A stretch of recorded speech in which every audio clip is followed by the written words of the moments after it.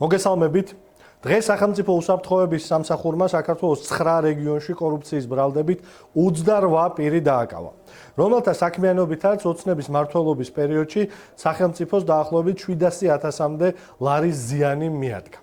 ამ ადამიანებს სხვადასხვა ტიპის დანაშაული აქვთ ჩადენილი. ისეთები როგორც არის ქრთამის აღება, ყალბი ოფიციალური დოკუმენტების დამზადება, გასაღება და ჯგუფურად კომერციული მოსყიდვა, აგრეთვე სახელმწიფოს კუთვნილი თანხების და მიწის ნაკვეთების მითვისება. ეს შემთხვევა კიდევ ერთხელ ადასტურებს, რომ საქართველოში კორუფციის პრობლემა არის სისტემური და ქართული ოცნება მას არათუ არ ებრძვის, არამედ თხემით ტერფამდე კორუფციაშია გასვლილი. მმართველობის ყველა რგოლში, აბსოლუტურად ყველა რგოლში კორუფცია არის ცხოვრების წესი. ამით სულდგმულობს მთელი საქართველოს საჯარო მმართველობითი სისტემა.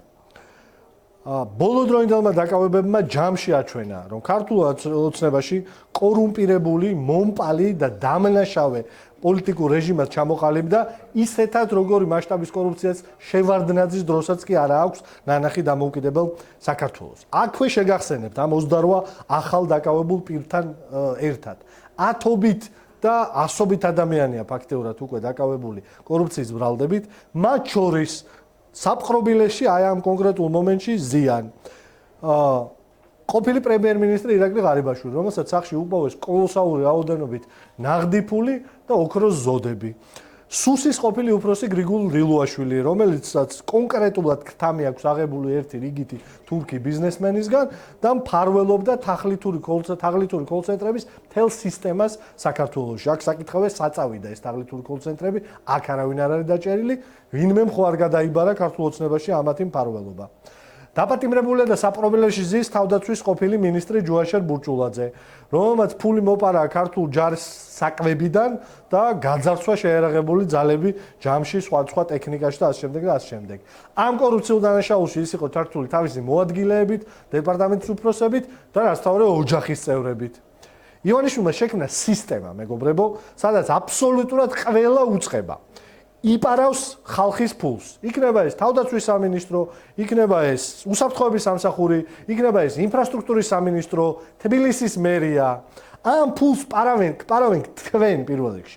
ამ ფულს პარავენ ბაგაბაღების აღსაზრდელებს, უფასო სასადილოების ბენეფიციარებს, სკოლის მოსწავლეებს, საქართველოს შეერაღებული ძალების ჯარისკაცებს. ამ ფულს პარავენ ქართულ პოლიციელებს, ამ ფულს პარავენ თითოეულ თქვენთაგანს, ვინც შრომობთ მთელი თქვენი ცხოვრების განმავლობაში და პატიოსნად იხდით გადასახადებს, რომელსაც შემდეგ ჯუაშერ ბურჭულაძე და ძმანი მისნი ხაპავენ.